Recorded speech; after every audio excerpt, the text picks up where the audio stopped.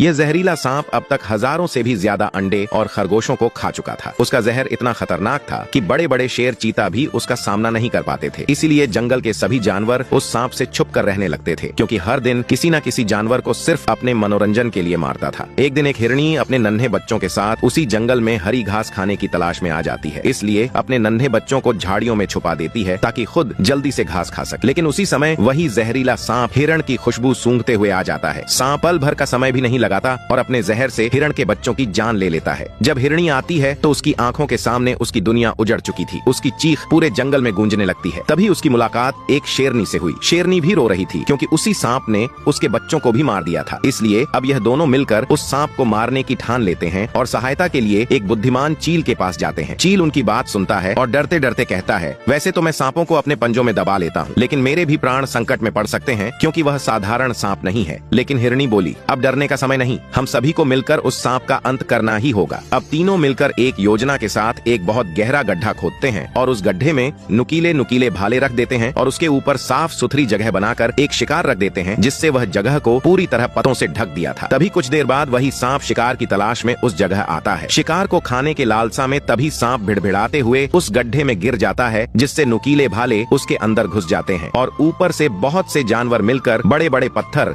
उस गड्ढे में डाल देते हैं, जिससे सांप पत्थरों के अंदर दब जाता है और हमेशा के लिए मर जाता है।